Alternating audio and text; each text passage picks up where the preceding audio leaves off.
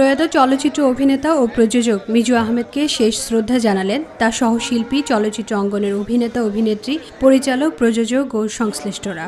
বলেন, মিজু আহমেদ চলচ্চিত্রকে ভালোবাসতেন। তার মৃত্যুতে বাংলা সিনেমার অপূরণীয় ক্ষতি হলো। হঠাৎ মানুষই চলে যাবে, একদিন আমিও চলে যাব, এটাই বাস্তব। তার জন্য প্রস্তুতি নিতে হবে। আর মিজু ভাই সম্পর্কে একটা কথা বলবো, মিজু ভাইকে সবসময় আমি খুব অ্যাটেনশন থাকতে দেখেছি চলচ্চিত্র সম্পর্কে, এবং এই অ্যাটেনশনটা শুধু আমাদের, আর ওনার খুব একটা লালিত স্বপ্ন ছিল শিল্পী সমিতিটা। সবসময় আসতেন উনি। ওনাকে একটা জিনিস দেখেছি, অনেককে দেখেছি যে পাশ করার পরে অনেকেই আসে, আবার যদি ফেল করে সে শিল্পী সমিতির থেকে অনেক দূরে চলে যায়, আবার যখন নাকি নির্বাচন আসেই করে। কিন্তু উনি কিন্তু তা করতেন না। উনি পাশ করলেও থাকতেন, পাশ ছাড়াও কিন্তু উনি থাকতেন, সভাপতি হিসাবেও থাকতেন, সভাপতি ছাড়াও উনি শিল্পী সমিতিতে থাকতেন। এবং আমাকে স্মৃতিতে উনি থাকবেন এই কারণে যে আমার প্রথম ছবি চাঁদের আলো যখন নাকি শেখ নজরুল ইসলাম আমাকে নিয়ে তৈরি করেন, উনি অনেক বড় সাপোর্ট দিয়েছিলেন আমাকে, যে এই ছেলেটাকে হিরো বানানো যায়। এবং উনি যখন প্রথম প্রযোজিত ছবি মহৎ তৈরি করেন, সেই ছবির হিরো আমি ছিলাম। এবং একসময় বলতেন যে একটা ছবি আমার একটা ছবি যখন নাকি ফ্লপ করলো, চালবাস ছবিটা মোটামুটি ব্যবসা করেনি, আমি বললাম যে সরি মিজু ভাই। হয় না, সরি না, মহৎ তো সুপারহিট হয়েছে, ডোন্ট ওয়ারি, তুই আমার খুব লাকি। আদর করতেন, স্নেহ করতেন, বকা দিতেন। ওনার বকা খেলেও ভাল লাগতো। উনি যখন বকতেন হাসতাম আমরা। অনেক মিশুক মানুষ ছিলেন। আল্লাহ তাকে যেন প্রতিনিয়ত আল্লাহ পাকের কাছে দোয়া করব, আল্লাহ যেন থেকে গেল। ও আমার চেয়ে অনেক ছোট, তারপরেও আগেই চলে গেল। আমরা যারা প্রথম দিকে এই চলচ্চিত্র শিল্প শুরু করেছিলাম তাদের কেউ আর রইলাম না। মিজু অবশ্য তার পরবর্তী প্রজন্মের শিল্পী, কিন্তু সে বহুদিন খুব ভালোভাবে এখানে চলচ্চিত্র শিল্পে অভিনয় করে গেছে। অসংখ্য ছবিতে সে অভিনয় করেছে। খল চরিত্রে অভিনয় করে সে প্রচুর প্রশংসা পেয়েছে এবং ভালো অভিনয় করেছে। মানুষও খুব ভালো ছিল, সবার সঙ্গে মিলেমিশে থাকতো। আর তার একটি গুণ ছিল, সে তার মনের কথাটা প্রকাশ্যে বলে ফেলতো, সবাইকে পরিষ্কার মনের ছিল, সে গোপন করতো না তার অনুভূতি। তো এইসব গুণ নিয়ে সে আজকে আমাদের মাঝে নেই, চলে গেছে। মানুষ থেকে যেতেই হবে, আমাদের সবাইকেই যেতে হবে, কিন্তু যেতে দিতে তবু তো ইচ্ছে করে না। আমরা যেতে দিতে চাই না, ধরে রাখতে চাই, কিন্তু পারি না ধরে রাখতে। তো যাই হোক, সে চলে গেছে। তার বিদেয়ী আত্মার প্রতি আমি শ্রদ্ধা নিবেদন করি এবং আশা করি সে বেশ নসিব হবে। আজকে মৃত্যুর মধ্যে দিয়ে সে প্রমাণ করে যাচ্ছে কত জনপ্রিয় ছিল। যেখানেই যাচ্ছে আজকে তাকে নিয়ে আলোচনা হচ্ছে সারা দেশে। এইটুকুই তো আমাদের শিল্পীদের প্রাপ্য। এই প্রাপ্তি যারা পায় তারা সফল। মিজু একটি সফল অভিনেতা, সফল মানুষ।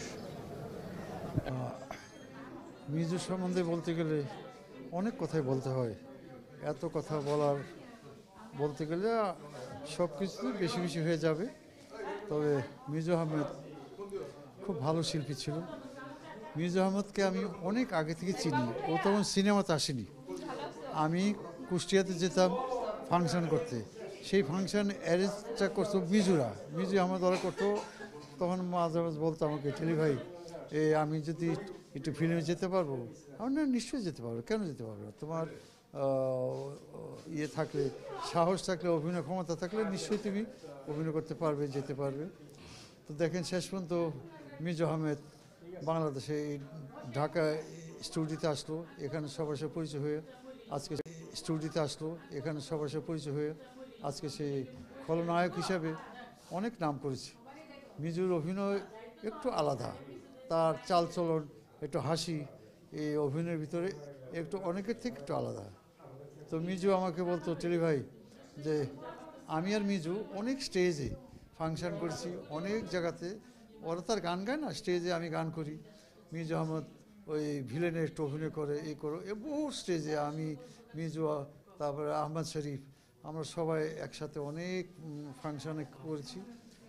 তো আজকে হঠাৎ কেন জানি মনে হইলো যে কেমন একটু খারাপ লাগতেছিল। তারপরে আমি পেপারটা খুলে দেখলাম মির্জা আহমেদের কথা, হায় হায়। তখন আমার এত কষ্ট লাগলো, আরে এই মনে করতে করতে এরকম হয়ে গেল ছেলেটা। তো শেষ আর কি বলবো, যে এই আমি ভুল শুনেছি যে আগামীকাল জানাজা, তারপরে আবার দেখলাম এই টেলিভিশনে, তাকে দৌড়ে আসলাম আর কি। তো ভাগ্য ভালো যে একটুখানি মুখটা দেখতে পেয়েছি। তো মির্জা আহমেদ এই দেশের অনেক ছবিতে অভিনয় করেছে, অনেক ছবি অভিনয় করছে মিজু। এখন আমরা আর কিছু বলতে চাই না। মির্জা আহমেদ এই আল্লাহর কাছে ওর জন্য আমার ফেরাত করি, দোয়া করি যে ওর যেন স্বর্গবাসী হয়।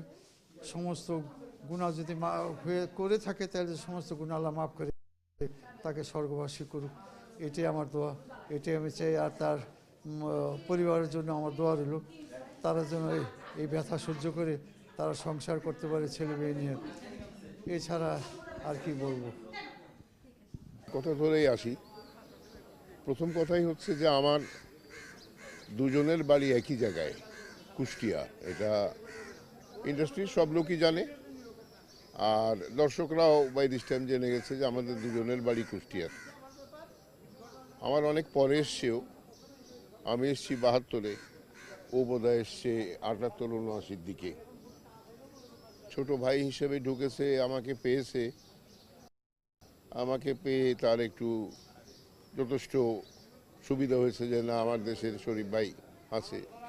সেই সঙ্গে পাশাপাশি থেকে কাজ শুরু করেছিল এবং নিজের গুণে, নিজের প্রতিভায় সে নিজের একটা অবস্থান করে নিয়েছিল। আমাকে কিছু করতে হয়নি তার জন্যে। সে নিজেই একদিন তার জায়গা মতো পৌঁছে গেছিল। একটা জনপ্রিয়তা, আমরা সবাই জানি যে দর্শকদের কাছে বেশ জনপ্রিয় হয়ে গেছিল মিজু। সেদিক থেকে আমি বলবো, প্রথমেই বলতে চাই যে আমাদের এই দুর্যোগপূর্ণ মুহূর্ত চলচ্চিত্রের, ঠিক সেই সময় মিজুকেও হারানো আরেকটি ক্ষতি হলো। কারণ হচ্ছে যে আমরা লক্ষ্য করছি যে হলে কিছুতেই কোনো ছবি ব্যবসা সফল হচ্ছে না। আমরা দর্শক ধরে রাখতে পারছি না। যারা কাজ করছেন এখন তাদেরকে শ্রদ্ধা সহকারেই বলছি, জানি না কেন, কি কারণে হলে লোক যাচ্ছে না, ছবিতে ব্যবসা নেই।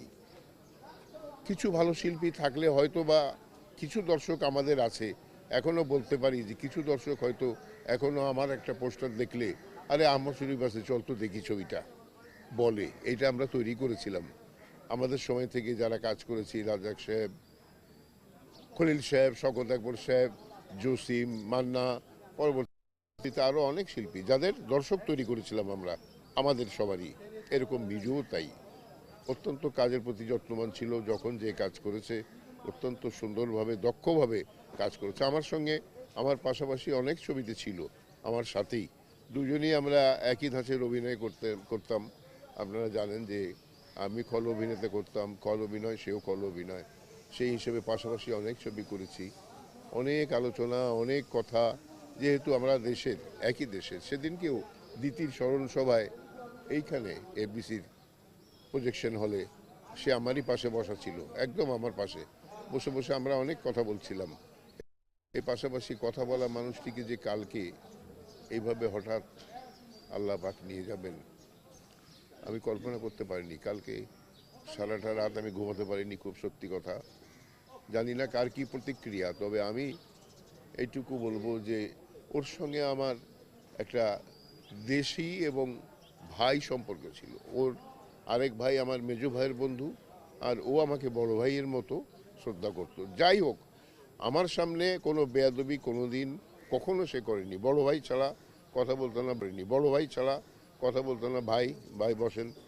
তো সব মিলে আমারও একটা অঙ্গহানি হলো, আমি মনে করি যে আমরা দুইজন ছিলাম কুষ্টিয়ার, ও আমার পাশাপাশি থাকলে নিজেকে অনেক, আমি মনে করতাম যে আমার পাশে একটা আমার ভাই আছে। সে ভাইটিকে হারিয়ে ফেললাম। আল্লাহর নিয়ম অনুসারে চলে গেল, তবে আমাদের ক্ষতি করে দিয়ে গেল, ইন্ডাস্ট্রির ক্ষতি, সব দিক থেকে আমাদেরও ক্ষতি। আমার যদি শিল্পী সমিতির কথায় আসি, আমার পরে ওই কিছুটা হাল ধরেছিল শিল্পী সমিতির। ও 2টা টার্মের প্রেসিডেন্ট ছিল, আমি যেখানে 4 টার্মের প্রেসিডেন্ট ছিলাম, ও 2 টার্ম ছিল। সব মিলে সেটাও একটা ক্ষতি। সাংগঠনিক মানুষ ছিল, সব মিলে আমাদের ক্ষতি ছাড়া আমি দেখছি না যে কোনো অবস্থাতেই কোনো যে বলবো যে না আমাদের তেমন কিছু হয়নি, তা না। আমাদের যথেষ্ট ক্ষতি হয়েছে মিজু চলে যাওয়ায়।